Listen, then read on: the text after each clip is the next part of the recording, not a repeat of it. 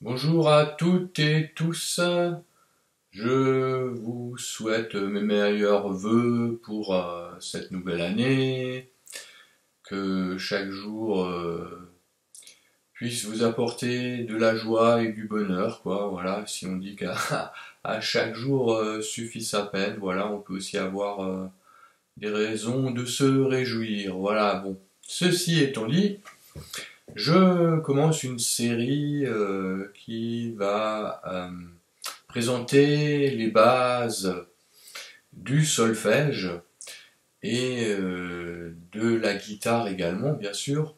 Donc une série de vidéos qui va s'adresser aux super débutants qui ont pratiquement jamais touché d'instrument et en même temps une initiation, un apprentissage aux bases du solfège et de la lecture des notes notamment, quoi. Voilà.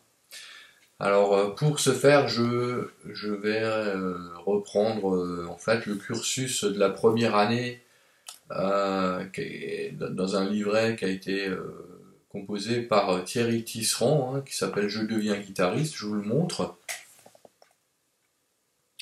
Voilà. J'espère qu'il n'y a pas de reflet.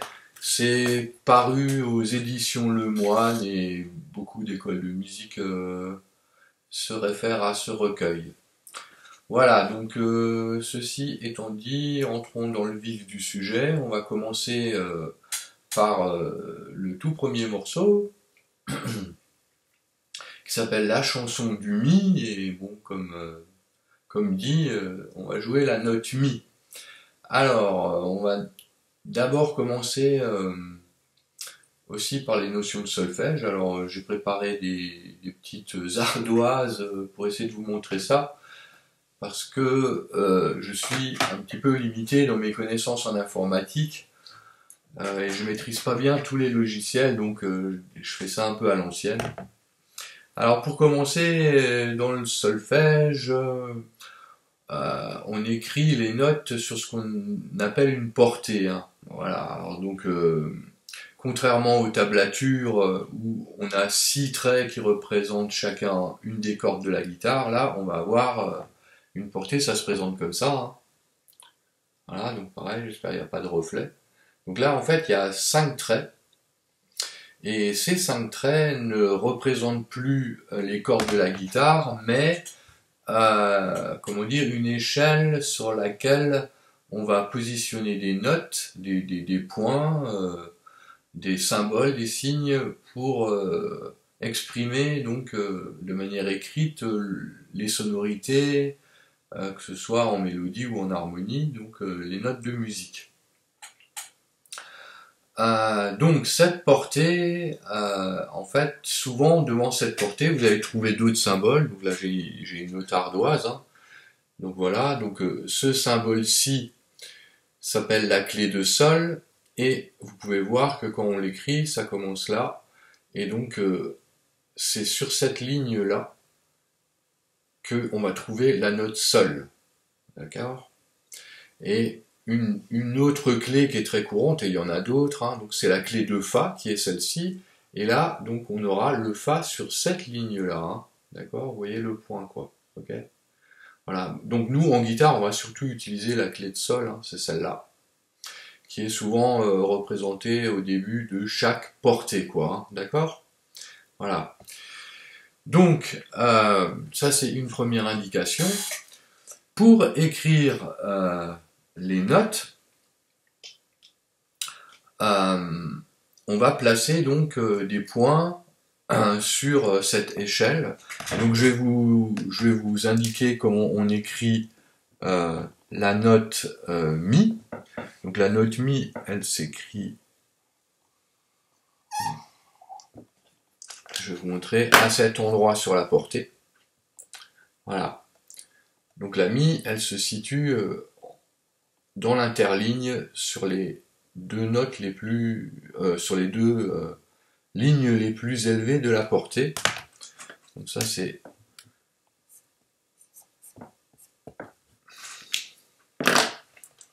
la note Mi. Ok? Donc à retenir. Donc il n'y a pas que ça dans le solfège.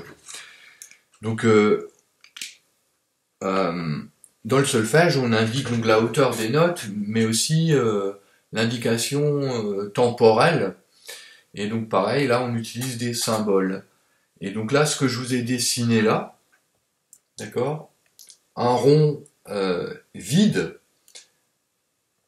tout seul comme ça s'appelle une note ronde, d'accord. Et une ronde est équivalente à 4 temps. Je vais vous expliquer ça un peu plus tard, mais en tout cas, sa durée est de 4 temps. On a d'autres formes qu'on va étudier dans ce premier morceau, où on a non pas la ronde, mais ce qu'on appelle la blanche. Alors, je me suis un peu me rattraper là, parce que j'ai un petit peu dépassé. Voilà, on va refaire ça un peu mieux. Excusez-moi. Donc, la blanche, comme je disais, la blanche, elle se représente comme ceci. D'accord? Avec un trait qui descend vers le bas, là, et ça s'appelle une hampe.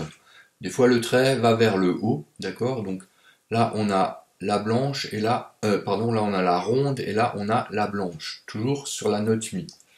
Et on a encore une autre valeur de note. Donc la blanche, elle vaut 2 temps, contrairement à la ronde qui en vaut 4. Donc elle est 2 fois moins longue dans la durée. Et enfin, nous avons également ce qu'on appelle la noire. Vous allez comprendre pourquoi. Et la noire, elle vaut 1 temps. Voilà, donc ça c'est une noire. Donc pareil, c'est une note avec une hampe. Et celle-là, elle vaut 1 temps. Donc, pour ce premier morceau, on aura la ronde qui fait 4 temps, la blanche qui fait 2 temps, et la noire qui fait 1 temps. J'ai marqué en dessous. Voilà. Donc la ronde fait 4 temps, la blanche 2 temps, et la noire 1 temps. Il y a encore d'autres indications sur les portées. Alors là, je vais reprendre mon autre ardoise. Il faut que je jongle un peu. Bon, c'est un peu fastidieux, mais bon, je pense que ça c'est juste pour les premières notions. Après, on pourra se passer de l'ardoise et voilà. Donc, au début d'une portée de guitare, donc vous avez votre clé de sol, et il y a souvent des chiffres qui viennent juste après. Alors, je vais les marquer comme ça. Par exemple, vous pouvez voir ceci. 4-4. Qu'est-ce que ça veut dire? Eh bien, en fait, on a donc les deux chiffres. Le chiffre du haut représente combien de fois il y a la valeur de mesure de temps de référence qui est représentée par le deuxième chiffre. D'accord? Donc ce 4-là. Le 4 veut dire noir. Donc c'est des valeurs de 1 temps. Ok? Donc quand vous avez marqué 4-4 comme ça veut dire qu'il y a 4 fois la valeur d'une noire dans une mesure. Qu'est-ce que ça veut dire? Donc, en fait, l'écriture sur la portée, tout au long de la portée, elle est écrite en mesures. Et pour indiquer les mesures, en fait, on a des traits verticaux. Ok, voilà, que je vais faire comme ça. Voilà. Donc, d'un trait vertical à l'autre, ça s'appelle une mesure sur la portée. D'accord? Donc là, il y en a une deuxième ici. Donc, ok, donc ça c'est une première mesure, et ça c'est une deuxième mesure, si on veut. Et ainsi de suite, et ainsi de suite. Et donc, quand on respecte le rapport qui est indiqué ici, donc là, en l'occurrence, on a 4 noirs, ok, donc 4 fois la noire dans une mesure, ça veut dire que dans une mesure là, il y a 4 temps, ok, voilà. Donc le 4-4, il est aussi quelquefois représenté par un symbole comme ça, une espèce de C, voilà. C'est équivalent, ils sont équivalents ces deux choses-là, d'accord? Donc, par exemple, donc le 4 du bas représente la valeur de la durée de la note et le 4 représente la noire. Le 2 représente la blanche et le 1 représenterait la ronde, d'accord? Bon, c'est peut-être un petit peu compliqué là, mais on y reviendra. Mais bon, pour l'instant, on va pas utiliser tout ça. La plupart du temps, nous, on va jouer sur des mesures simples en 4-4 ou en 3-4.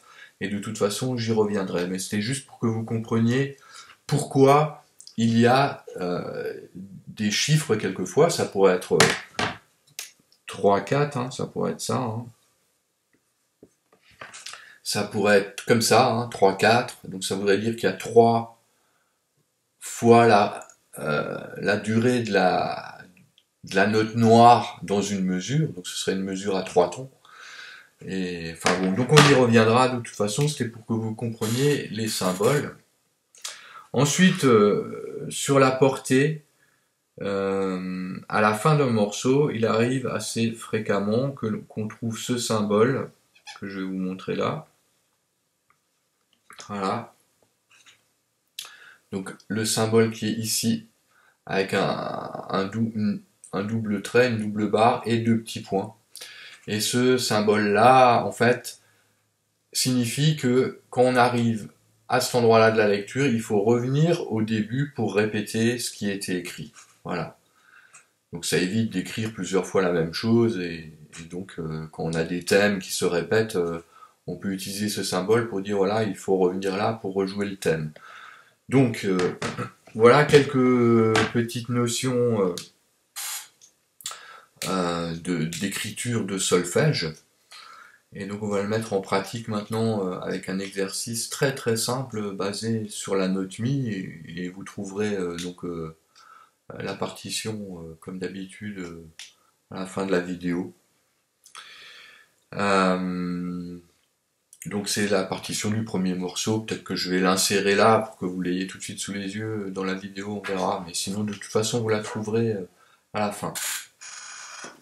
Donc si vous prenez cette partition et que vous la regardez, vous allez voir que donc elle commence avec la clé de sol bien sûr et ce symbole donc qui est équivalent à ça. D'accord? C'est un 4-4. Ça se dit un 4-4. Et donc, ça veut dire que cette petite pièce musicale a 4 temps par mesure. Et donc, pour le compter, on va pouvoir s'entraîner en comptant 1, 2, 3, 4, 1, 2, 3, 4, 1, 2, 3, 4, et ainsi de suite, pour avoir une notion de placement rythmique. Alors, le morceau, il commence avec 2 blanches dans la première mesure, hein, puisque une blanche vaut 2 temps et qu'on a 2 blanches, 2 fois 2, ça fait donc 4 temps, donc on est dans une figure 4-4, hein, 4 temps par mesure, donc on a 2 blanches, ensuite on a à nouveau 2 blanches, après on a 4 noires. Donc ça c'est une noire vaut un temps, donc pour que on respecte la signature rythmique en 4-4, il faut qu'il y ait 4 temps par mesure, donc comme on joue des noirs, on aura 4 temps, 4 noirs dans la mesure. Ensuite on a une mesure où il y a une blanche et 2 noirs, donc la blanche vaut 2 temps, plus 2 noirs qui valent chacune un temps, donc 2 plus 1 plus 1, ça fait également 4. Et on termine par une ronde qui joue à elle seule toute la mesure, puisqu'une ronde vaut 4 temps. Voilà. Donc, ça, c'était vraiment d'un point de vue solfège. Donc, en prenant la guitare, donc cette note Mi que je vous avais dessinée là, qui est ici, elle se situe donc sur la corde à vide, hein, puisque c'est un cours de super débutant. Donc, on va jouer que sur cette corde. Alors, pour les techniques, bien sûr, en classique, on peut jouer les notes en alternant avec l'index et le majeur, ou avec le majeur et l'index, ça dépend dans quel sens, et de faire comme un petit bonhomme qui marche, hein, en jouant les notes, quoi. C'est un petit bonhomme qui marche comme ça, donc on peut très bien jouer les notes de cette manière. Donc quand je fais ça, moi je pose mon pouce peut-être sur la note de basse pour avoir un point d'appui. Donc on peut s'entraîner à faire ça.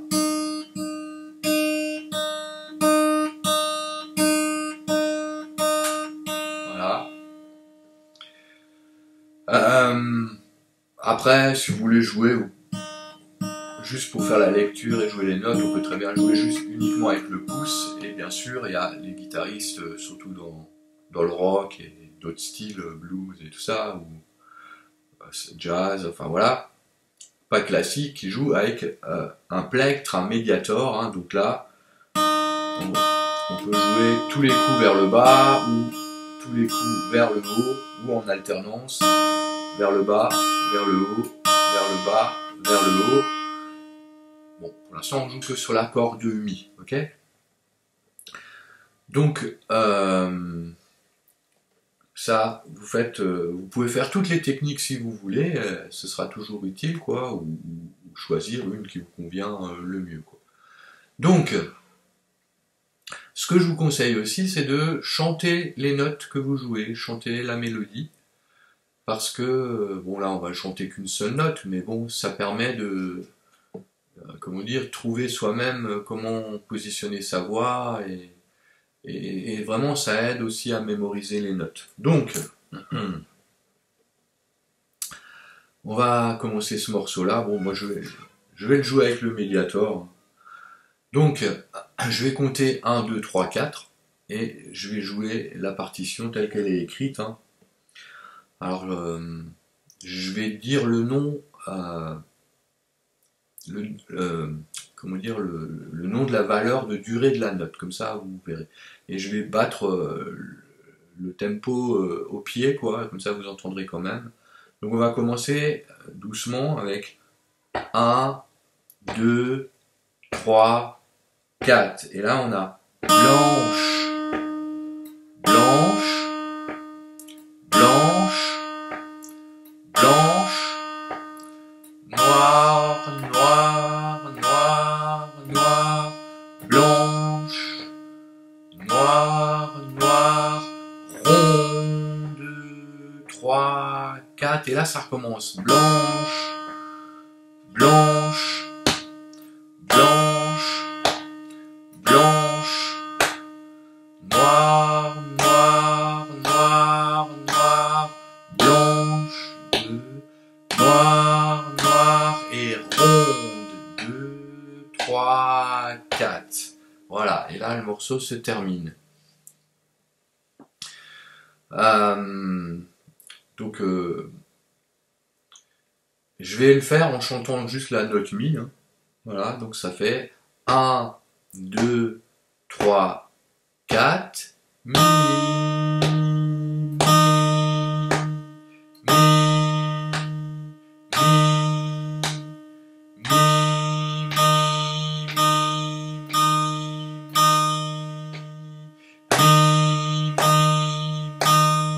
2, 3, 4, je recommence.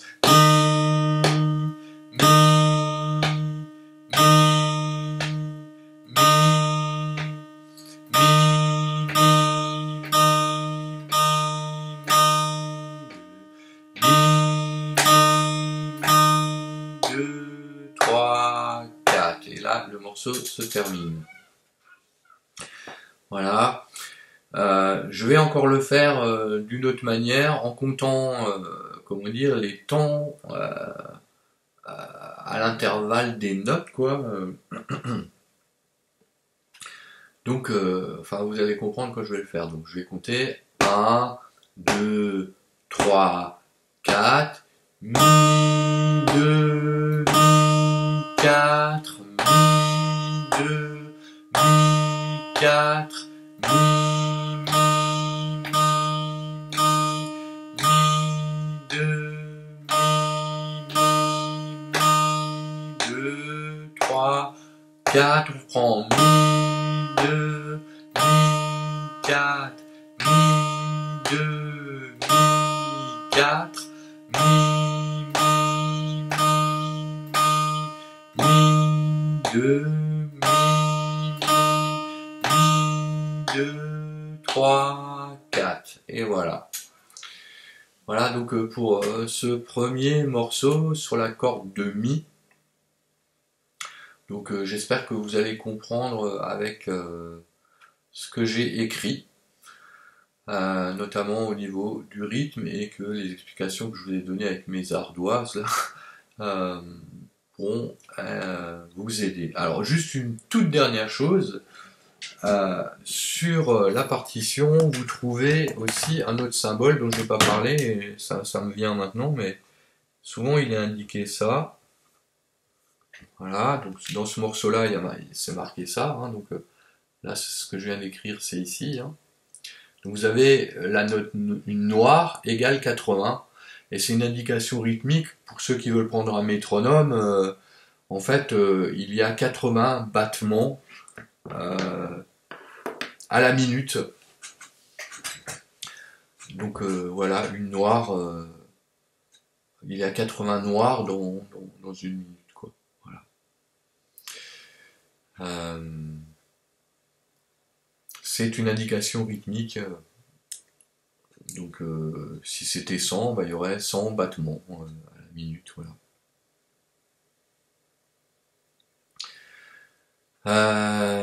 Donc ben je vous dis au revoir. C'était une très longue vidéo pour un tout petit morceau, mais bon, c'était pour aborder les premières notions de solfège et de lecture. Et voilà, ben les autres vidéos, je pense qu'elles seront un petit peu plus courtes puisque on abordera une notion après l'autre et j'aurai plus besoin de me répéter. Voilà, ben bonne continuation et à une prochaine. Salut!